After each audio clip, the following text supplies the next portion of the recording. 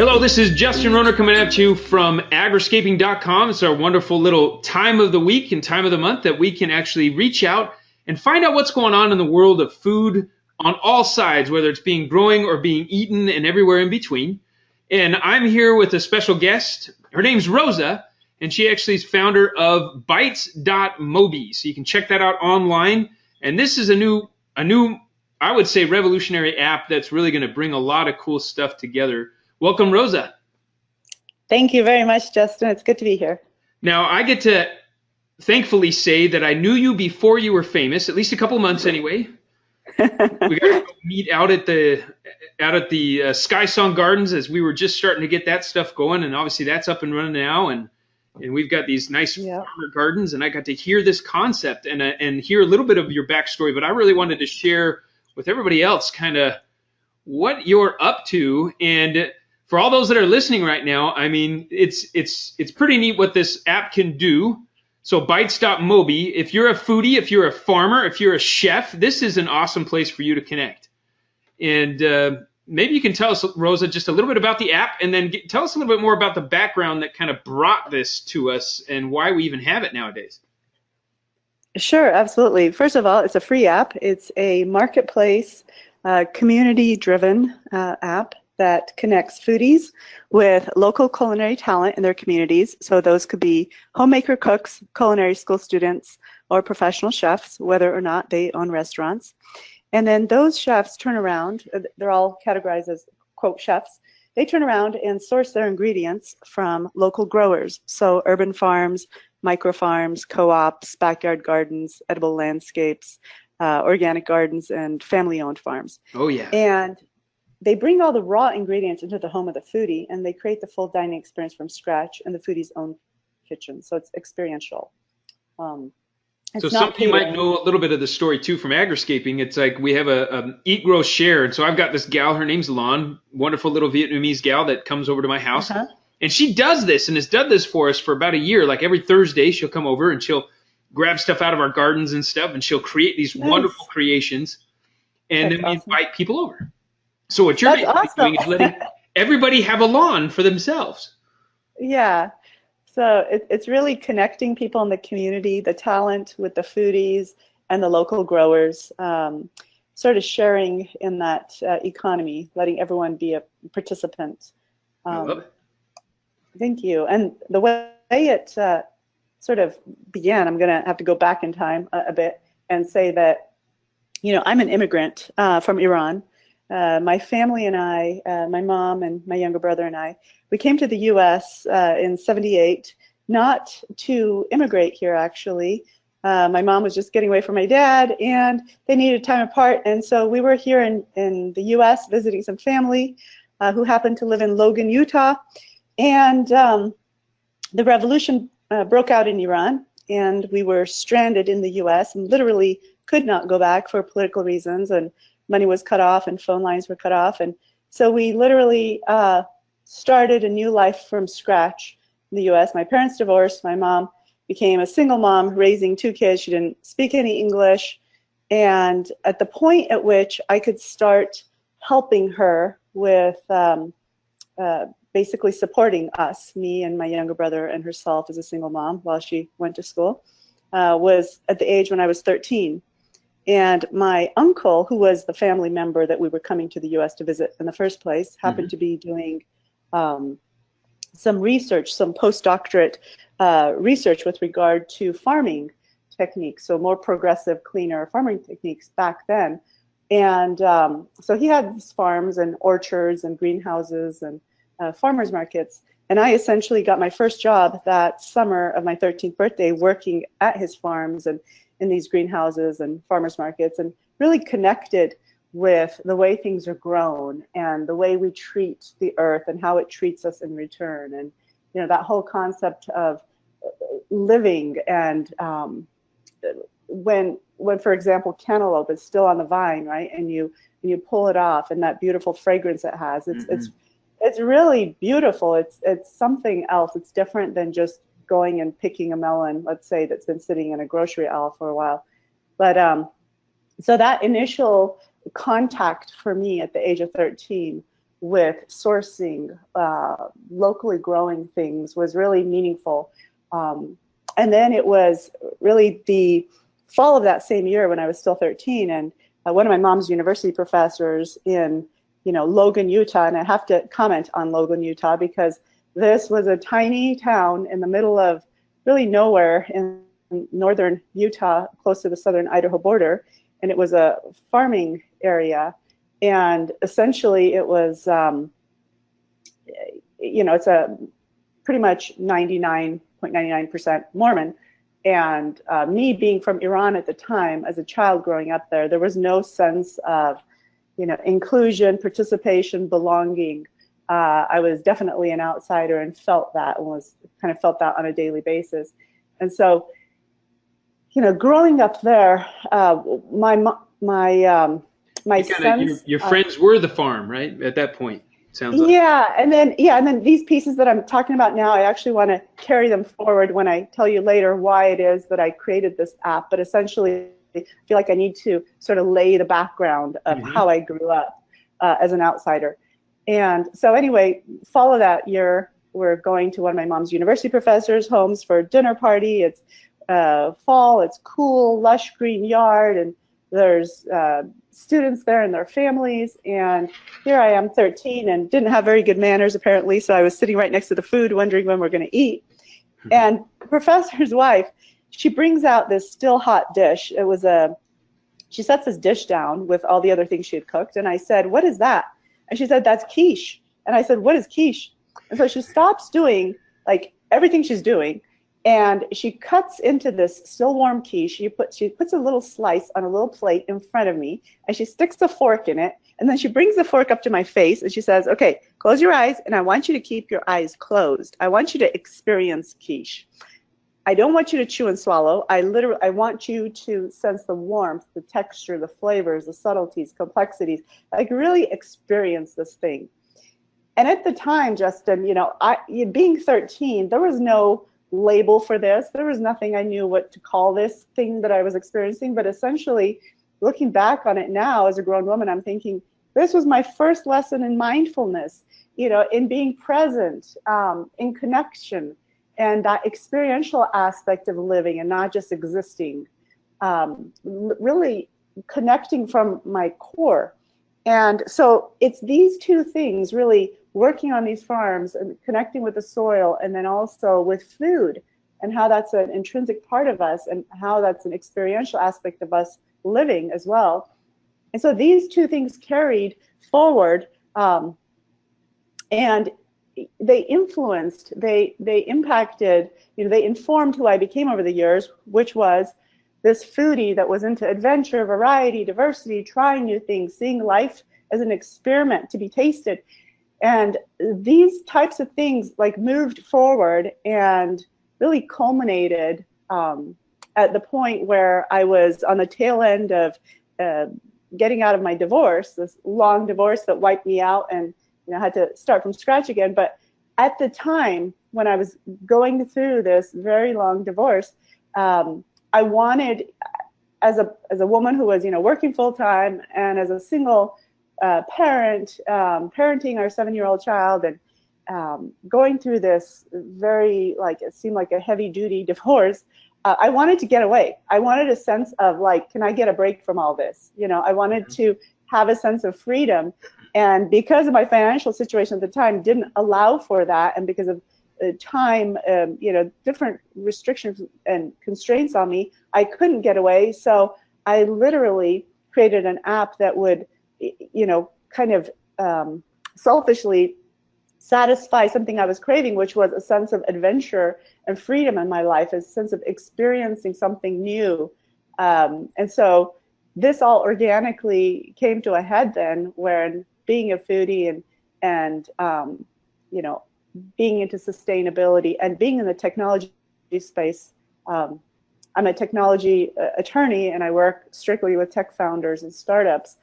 And so I love technology, the innovative aspects of it, the progressive aspects of it, the disruptive aspects of it.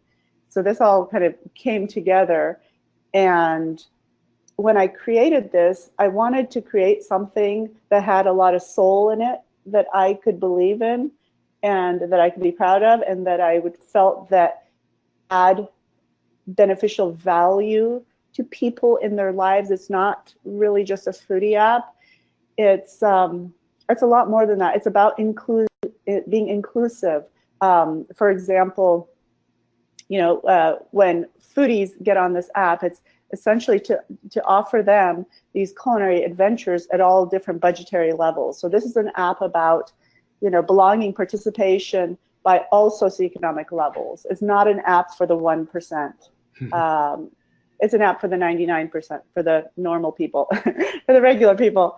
And so it's about that diversity and pulling that sense of diversity and adventure and ethnic variety of all the beautiful, aspects of diversity that are within our community that we need to be more looking to embrace versus just tolerate. Yeah. So, yeah. Well, and I just got asked today, I was on a TV show earlier today with Danielle Williamson on AZTV, and she actually asked me, I was sitting there with her right on the show, it was just after the show was over, and we were just sitting on some little park benches that we had done the show on, and she says, Justin, can I bring you over to my house? And I says, well, what do you mean? And she's like, can we do a garden party or something? I mean, you like go to people's houses and you can do garden party stuff like that. I was like, oh, there's something coming. Yeah, that's awesome. We've got this app that could make that possible. Because, see, I could come as the farmer, invite me as well. Yeah. And I could bring Lon, we could bring some of these other chefs that we know, and then we could really create this garden party environment. It'd be totally cool. Absolutely. I love it. That sounds so much fun. Yeah, exactly. I was like, well, that sounds like a lot of fun. It's like, oh, can I bring my wife with me? I had to ask, and she's like, I don't know. No, she's funny. She calls me her garden boyfriend, on TV. It's great. Garden gnome. Yeah, I can be everyone's garden gnome. But see, that does, just for me as a business owner, being a garden professional and somebody that's growing local food, it does. It brings that full circle connection. And I'm so excited about what opportunities are available to us, as well as like Lon, our little chef Lon. We call her the Empress of the Universe. And she's got this great passion for creating amazing dishes out of local food. But she's not a professional chef, but she's at a level that's probably would match a lot of people's budgets, that she'd be willing to come and create these wonderful dishes that I can even account for and say, hey, she's good. She knows how to create a lot of different dishes. Oh, yeah. She could totally go on there, as homemaker cook, because we have that category, We've got homemaker cooks on there. Yeah, absolutely. It's really, and you could tell her this is essentially an app that seeks to do good and impact people on the planet in beneficial ways, in that, not only we're giving culinary adventures to all socioeconomic levels, different budgetary levels, but we're also giving economic empowerment to people. So jobs for homemakers, jobs for culinary students, jobs for professional chefs. It's literally, they're independent contractors. They're excited about the fact that they get to set their own availability, their own pricing, decide what dishes they want to offer. It's really all on their own terms. And so it's generating an income with no overhead.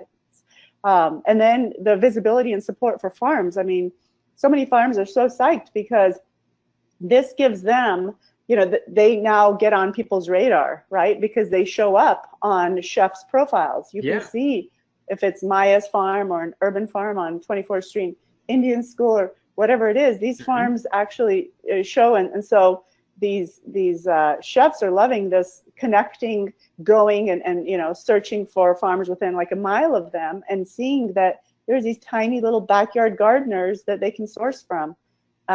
So it's a win all around for everyone. Well, I know in talking to the chefs over at the Sky Song earlier today too, it's like they were geeking out about the opportunity to get local food from a local chef.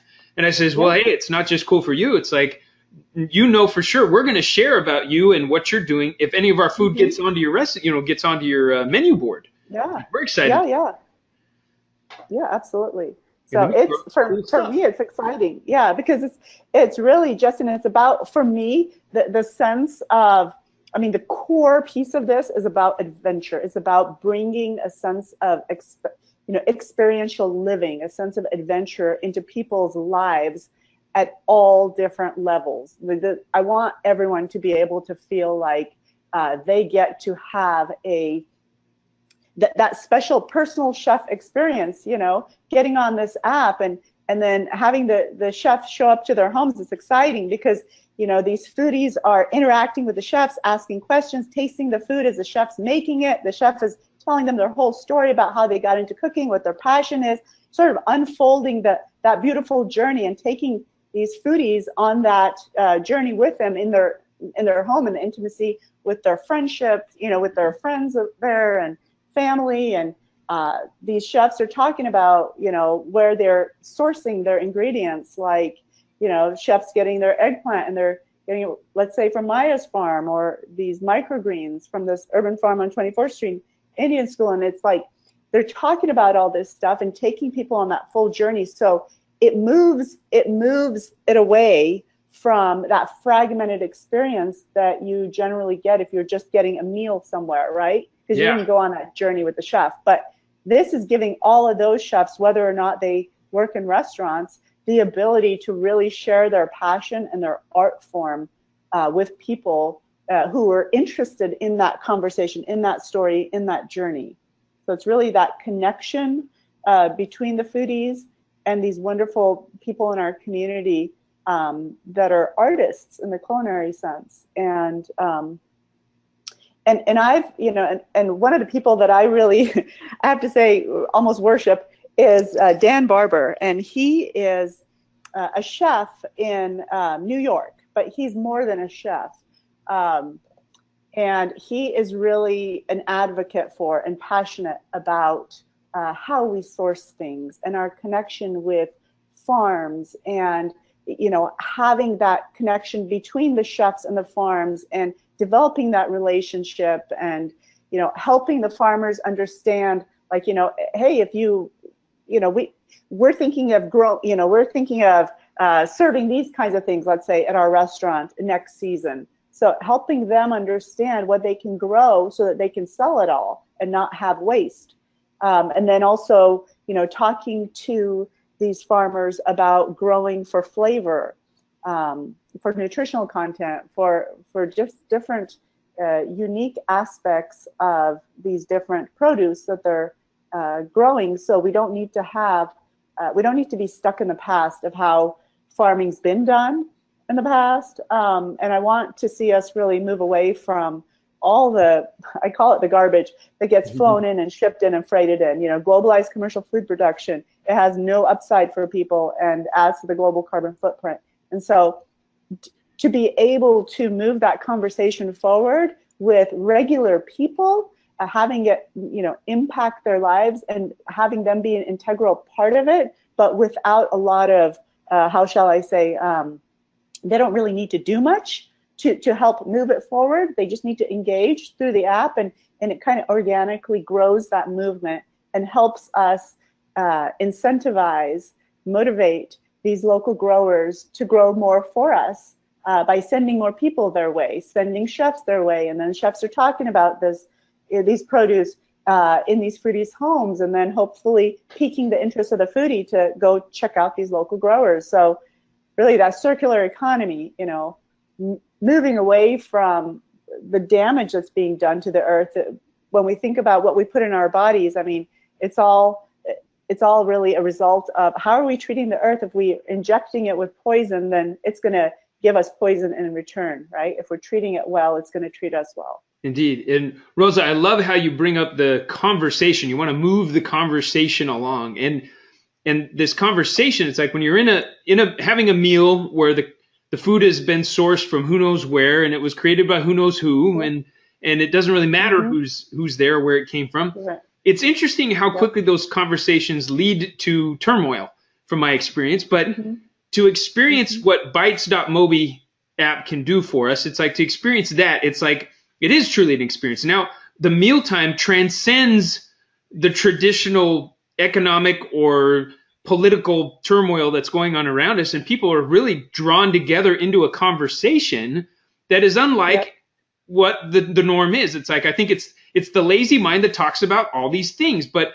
it's a beautiful mind. It's an intelligent, a genius mind that talks about these ideas and about what brings people together. It's like, so Yeah. you're elevating conversations, not just the conversation around food, but just conversations in general by simply the Mm-hmm. act of bringing more purpose to our food again. What a Yes. beautiful Yeah. thing. Yeah. I mean, creating meaning in our lives. You know, Eleanor Roosevelt was one of my all-time favorite idols, and she, you know, she said at the time, and I don't want to butcher really what she said, but essentially it was to the point of happiness is not really the most important part of our lives. It's really creating meaning in our lives, creating meaningful lives. That's the most important aspect of life. And happiness is a byproduct of that. You get it after you've sort of committed your soul to something, when you really believe in something, when you're really passionate about something, when you really live with intention and purpose, right? You're not just existing in life. You're really living full on with your eyes wide open, and you're engaging. You're engaging with your community. You're engaging with what, you know, you want to see. I mean, what kind of a future do we want? What kind of a community do we want? How do we want to leave this planet for our children and other generations? You know, what of ourselves, of our own DNA, can we plug into being a part of the solution for the future, for tomorrow, for even for now? And it's really about engaging full on with life versus just being a passive, you know, observer, and then blaming things and complaining and sitting on our hands and waiting for someone else to do something for us. It's really more about engaging ourselves and our passions and what we believe in, our ethos. It's really the ethos behind this app that drives me. And the app is, and I've talked to so many people, really, and they sense this when I talk to them in person. It's really that I didn't set out to create just an app. I wasn't trying to create a commodity, like a just piece of technology that's mindless and meaningless and doesn't add value to the bottom line or the social fabric of society. I wanted to plug in a part of my own DNA, my own past, my own beliefs. So that's why, you know, when I talked earlier on this podcast about how I grew up, right? As an outsider, I didn't belong, I didn't fit in, I didn't participate in anything. And it was, so I wanted to go full circle and have this app be a holistic representation of who I am. It's like what I offer the world is sort of a part of me is what I'm offering, because I'm really, before I, you know, went to law school and I'm in the technology space, I was a creative. And so I was a painter, poet, writer. And so I'm all about self-expression and creating something that can be of value to society at different levels, based on you being a part of that solution yourself. And so, for example, my mom, you know, when we were, quote, immigrated here, but not, you know, intending to immigrate, when we came to the US and we were then stranded here, so we had to start a life from zero, and she didn't speak any English, and she came from a family and a life where she never worked a day in her life. And then she had to start from zero, and she started working, you know, assembly line jobs, you know, and we were latchkey kids, me and my brother, and I was raising him, and I was 7, alone at home, and he was 5, and because there was nobody, we had nothing. And so literally this app gives homemakers the ability to supplement their income, right? Like, let's say their spouse got laid off a job, or they always wished they could open up a restaurant, but they don't have the means to do that. Now they're excited because they're doing that through this app. And students, you know, giving them the leg up by allowing them, these culinary students who don't have past job experience, work experience, to be able to create profiles and have foodies in the community connect with a culinary student and bring them in for certain types of events they might want to have in their homes. So this app is really about that inclusiveness, about that diversity, about bringing in, you know, a little lady down the street who does fantastic chicken tikka masala, right? And she's my neighbor 2 blocks down, and so now here I'm helping her because now she's generating some income, and she's helping me because she's making me a fabulous meal in my home, and I'm a part of that.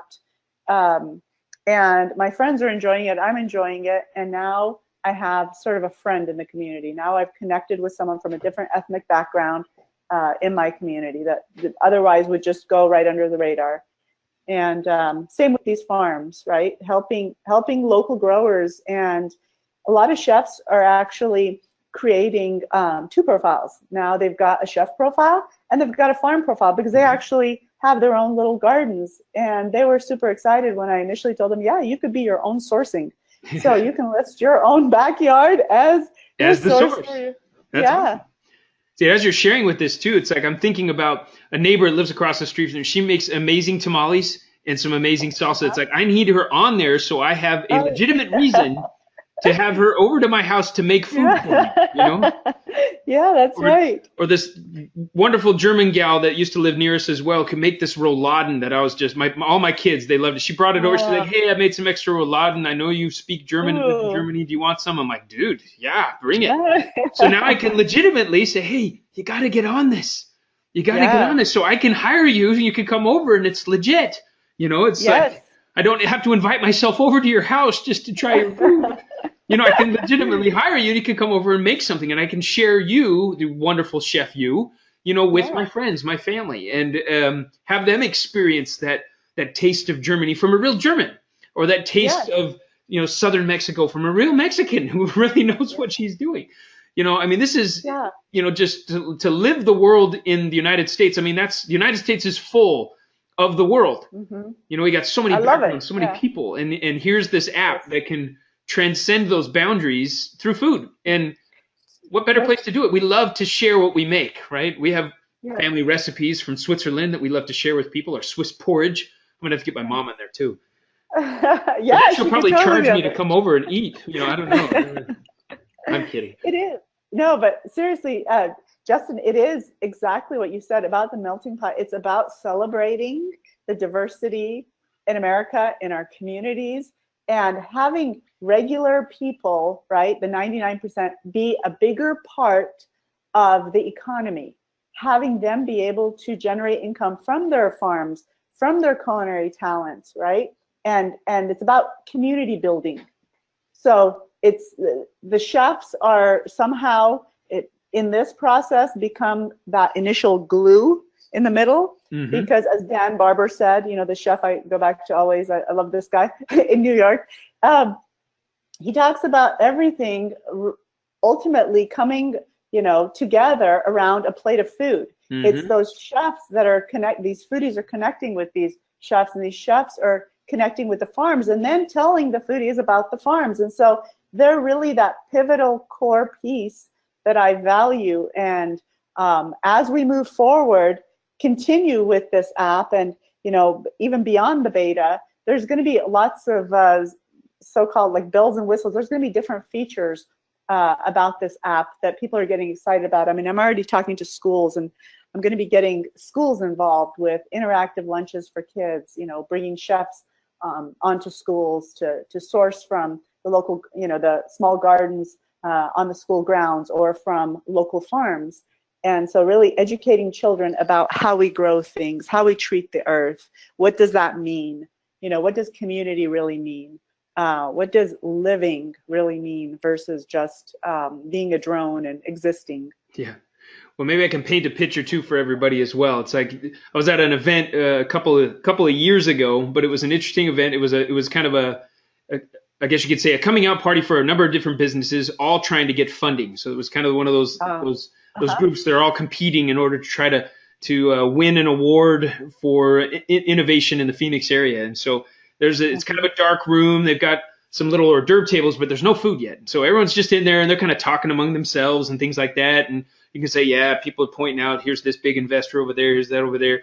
You know, there's a lot of political kind of charge in the room. This was actually during the same time. This was during the debates between Hillary Clinton and Trump. Right. You know, there was this, you know, it's a room filled with that. You know, that imagine that. We all remember what that felt like. Yeah. And so there's that room, and there's all that stuff going on. And then this guy with a chef hat comes walking in with this big platter of food. You know, and he comes walking in and he just sets it down on the table. Doesn't say a word. But, you know, people notice out of the corner of their eye, this chef hat just kind of comes in, and this food thing is like platter just laid down. And you could tell he was excited about what he brought, you know, and there was a little bit of conversation earlier that some of this was locally sourced stuff. And it was just amazing that all these different factions that were in that room started all gathering together around that table. Now, they didn't say anything at first. They just started grabbing the food. And as they're eating that food and they're grabbing their little skewer things and they're trying little different things out, they're looking at each other, eyebrows are raising. That's interesting. What do you think of that? And they start just having this conversation. And then that whole room of diversity that was prior to the food, hugging the walls, as it were, now investors are talking to other people. The people that were from totally different political backgrounds are having a conversation. It's transcending, includes everything that's there and transcends it. Just takes it to a whole nother level of conversation, not the base level of conversation that would aggravate somebody else, but it's mindful communication with mindful food. That's beautiful. Yeah. It's really valuing and appreciating, the fact that we're alive, the fact that we breathe, the fact that we can connect with people, the fact that we can experience things like food. When I talk to chefs, I say, I love you guys because even though like I'm a painter, and you can appreciate looking at a painting, but you do edible art. Like I can actually consume this stuff. So this is what I love about it, is that you can really experience food in that culinary sense, like more so than any other kind of art. And it's not just you can take it into your whole soul. You can bring it in, and it empowers you. It literally powers your body like a fuel. It's part of you. You can eat the art, and it is in you. Yeah, and we are, what we eat, right? So we're eating good things that are healthy, that are nutritious, that are seasonal. Then we are getting more of the nutrients that we need instead of popping pills. And we are getting more the flavor, the real bounty of the earth, like what the earth can really, like in its ideal form, right? What's the best it can do, versus, when you talk about globalized commercial food production, which is just, I hate it. When things end up in a grocery store, they had to, as more than anyone else, they had to make that long journey, right? And get flown in or shipped in and freighted in, and then go to some distribution center and sit there for a while after they made this long trek, and then sit in the grocery aisle for a while before they come and sit in your refrigerator before you consume them. And by definition, by default, when you had to pick something to make a journey, you had to pick it unripe. So it never went through the whole photosynthesis process, so it never developed the full nutritional and flavor content and potential of what it could actually offer you. And is immediately after you pull it off the vine, it starts losing any bit of nutrition it had. And so what we end up with, and we pay for it, is this garbage that, if it's the non-organic, let's say, then you've got this massive amount of chemicals that you're consuming, but no nutritional upside to it. And even if you get the organic stuff flown in and shipped in and freighted in, okay, then you're at net zero because you don't get all those chemicals, those toxins, but you still don't get the nutrition either. So you literally paid a lot of money for nothing, and it makes no sense. There's no logic in there. Nope. And it's a lot. It makes a lot more sense. It's so sad. I mean, just about a week ago, I had to dig out one of my favorite trees that I'd been growing for a number of years and was just starting to get productive. It was a pink lady apple. And, for us growers, for us local farmers and people, it's like, we love what we grow. We really do. We spend a lot of time trying to create the space so that these things can grow. Whatever happened, a lot of the monsoons, some lack of drainage in my soil rotted out my roots, so I had to rip the thing out. And as I'm mourning over the loss of my pink lady apple, I go get a pink lady apple from the store, just to experience it, kind of say goodbye. I bite into that thing, and it was obvious this thing had been in a deprivation chamber for probably a year, and I was disgusted. I'm like, well, this is not what I'm missing. This is not a pink lady apple. This is not what I know these things are supposed to taste like.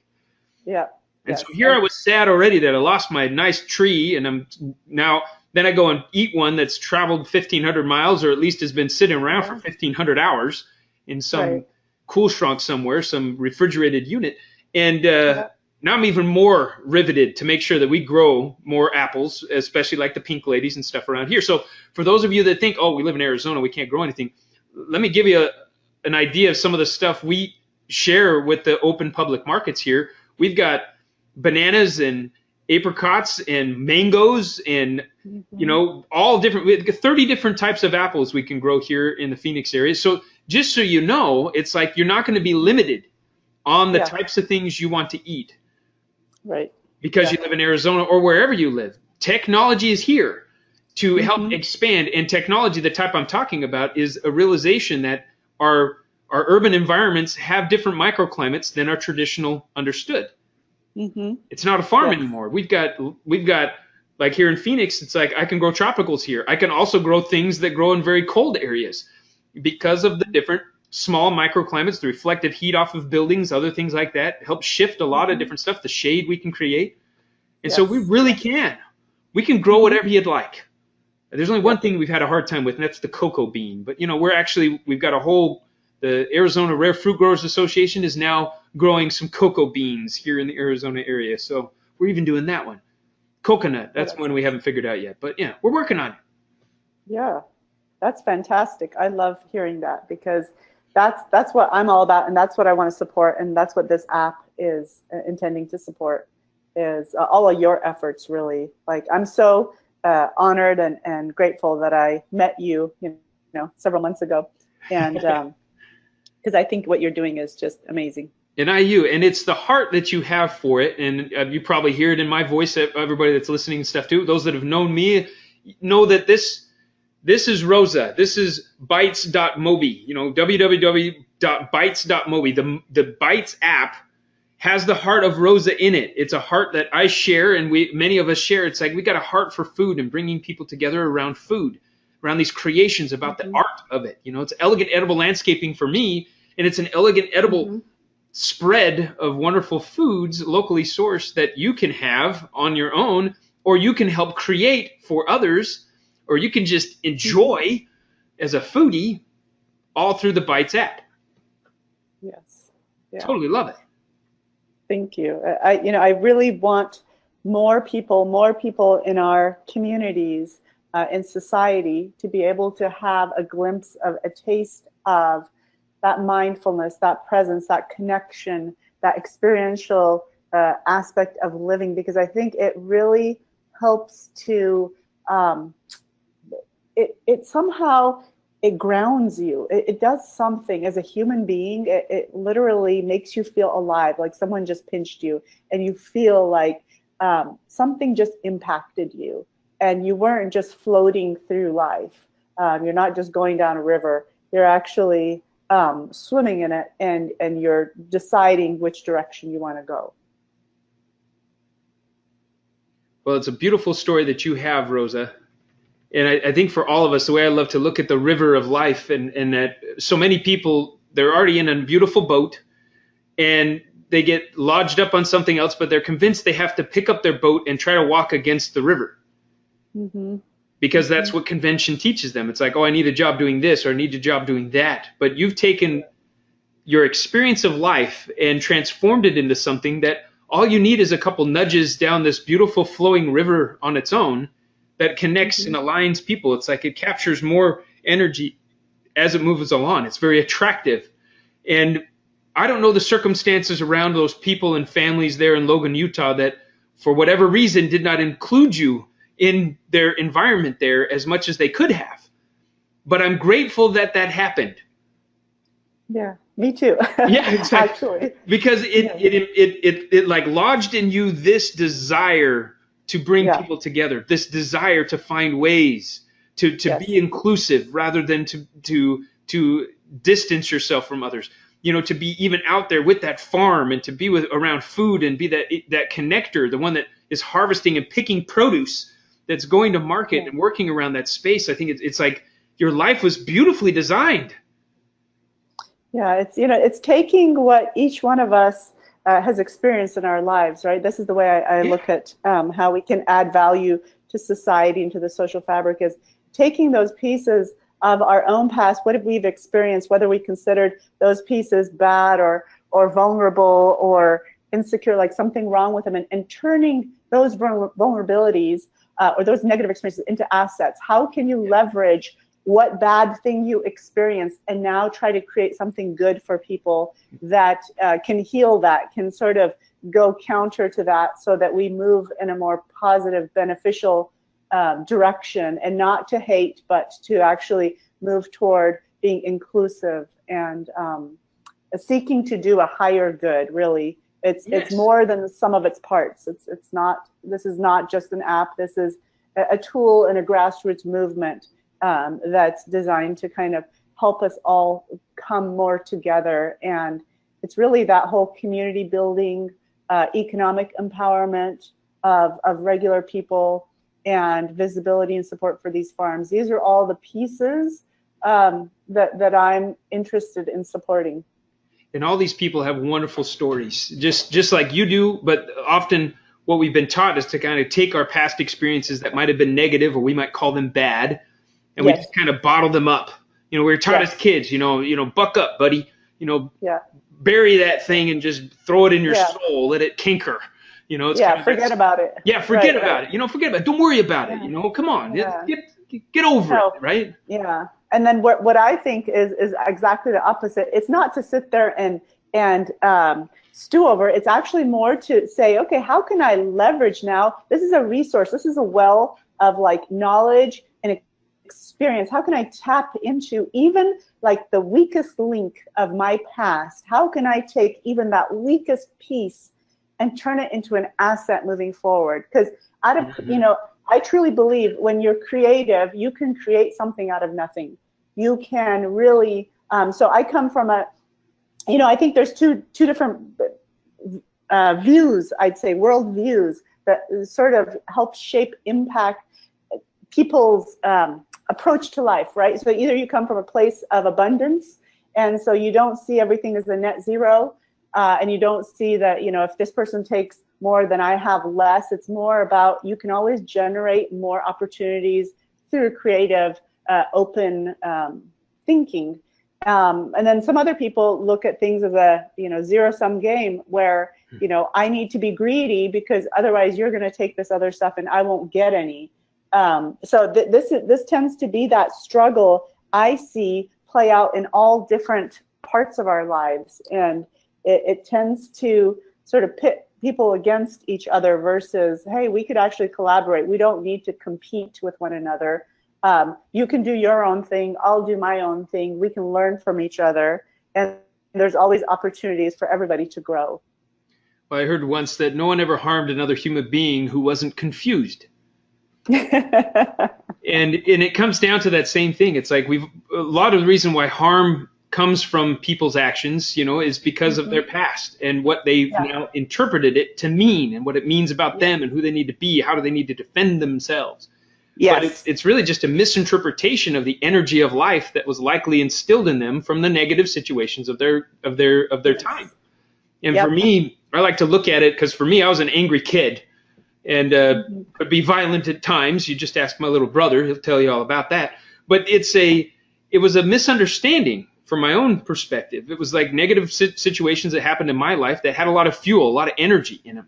And I was taught that I just needed to bury it. So it's kind of like you just imagine I got all this gunpowder and I just stuck it in an airtight container and I stuck it in my gut. But then I had these wicks sticking out my ears. And if anybody even lit the wick anywhere close to that subject, I'd blow up. Yeah. But the beauty was that as I got older, like adult conversations can have, especially around wonderful intentional food, like you're creating these intentional food environments, something starts breaking down that crust that I stuck around all that stuff, and I can actually start looking at it differently, like you said, to reinterpret or to relook at and create something new with it. And now when I give it a direction, every single piece of my life, had a piece of fuel, a lot of energy to it.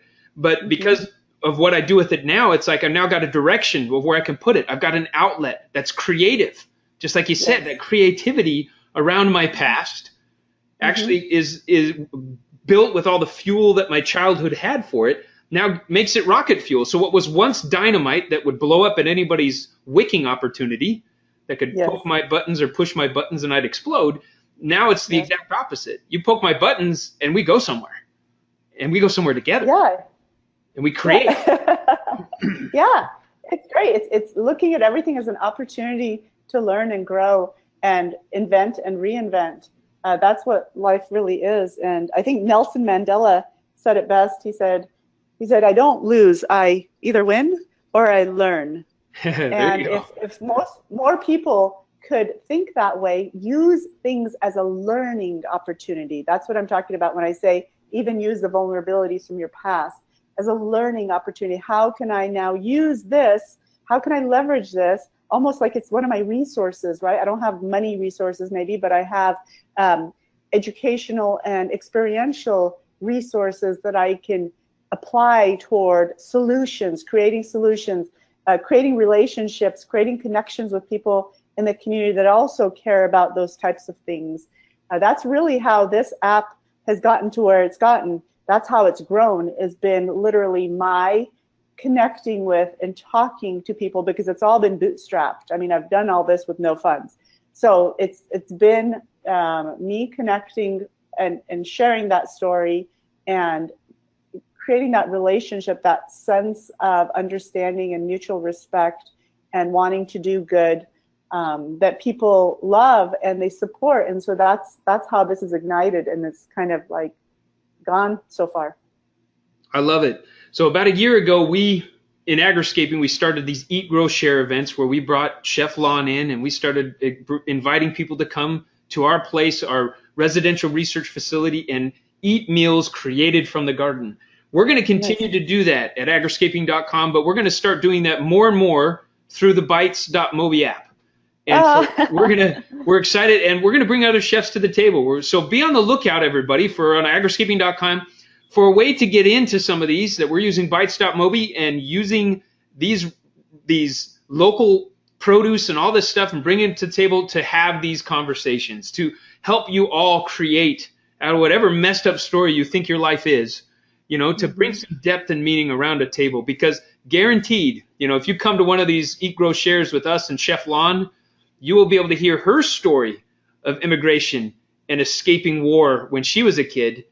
I mean, she's Vietnamese. She came from a world of great terror, and she left right in the middle of it and came here to the United States, and she still loves to create. She married a good old German guy too, so she's got this wide range of talents to be able to appease his belly as well as create what she was used to. And there's stories like this everywhere, and she's made a wonderful life for herself and for her husband.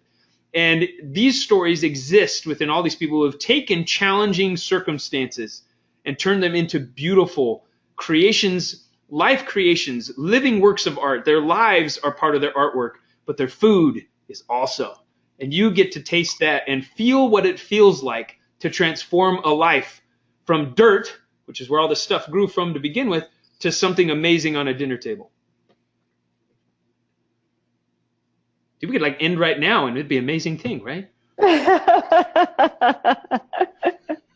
So Rosa, we are pretty much out of time. I'm so grateful to have had this conversation with you. This kind of it kind of picked up where we left off out there at Sky Song, I think.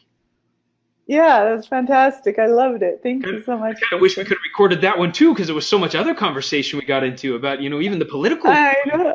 It's fun. Yeah. So we'll looking forward to having you back again. Get a follow up at some point about how everything's going. But for all you out there, so Bites.mobi, so www.bites.mobi, get the Bites app and find your place in it. Whether you're a foodie, a chef, or a grower on your own, get in there and really put yourself in there. Put yourself out there. Put the things you love to share when it comes around food out there. Whether by inviting people over to your place and bringing in the chef and the food, or being the food, or being the chef. Something for everybody. That's right. So wonderful. Again, Bites.mobi. Thank you, Rosa.